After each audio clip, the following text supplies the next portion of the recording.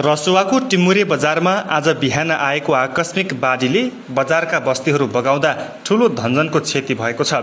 सशस्त्र प्रहरीको बीओपीबाट ड्युटीमा खटिएका इन्सपेक्टर अम्बिर खत्री सहित 9 जना सशस्त्र प्रहरी बेपत्ता भएका छन्। बीओपीमा भने कुनै क्षति नभएको बताइएको छ। बीओपीमा कार्यरत 30 जना मध्ये बिदामा रहेका 6 जना र अन्य 15 जना भने सुरक्षित रहेको बताइएको छ। चीनको तिब्बत तर्फबाट आएको खोलाको बाढी भोटे कोसीमा मिसिदा रसुवामा क्षति भएको हो। रसुवाको टिमुरे बजार र नुवाकोटको त्रिशुली बजारमा रहेका घरहरू बाढीले बगाएको छ। रसुवा स्थित नेपाल चीन सिमाना स्थित रसुवागढी प्रहरी चौकीमा कार्यरत प्रहरीहरू पनि सम्पर्कविहीन भएका छन्। रसुवागढी हुँदै टिमुरे क्षेत्रमा 3वटा प्रहरी युनिटमा कार्यरत 16 जना प्रहरी सम्पर्कविहीन भएको बताइएको छ। प्रहरी चौकी रसुवागढीमा असैको कमानमा 9 जना प्रहरी कार्यरत थिए। प्रहरी चौकी स्याफ्रु बेसीमा पनि असैको कमानमा 9 जना प्रहरी कार्यरत रहेका थिए।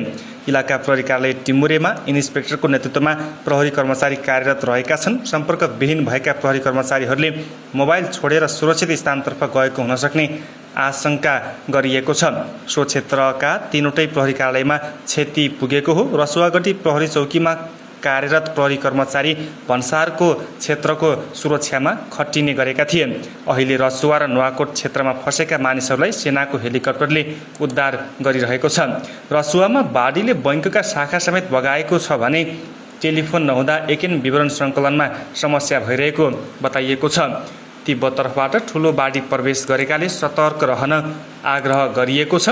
बाढीबाट प्रभावित भएका 12 जनाको नेपाली सेनाले उद्धार गरेको छ। नेपाली सेनाका अनुसार रसुवाका विभिन्न ठाउँहरूमा हेलिकप्टर मार्फत 12 जनाको उद्धार गरिएको हो।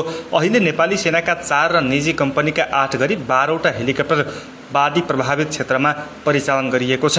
यस वर्षको बाढीको आकार गएको वर्षको भन्दा कयौं गुणा बढी ठूलो देखिएको प्रहरीले जानकारी दिएको छ।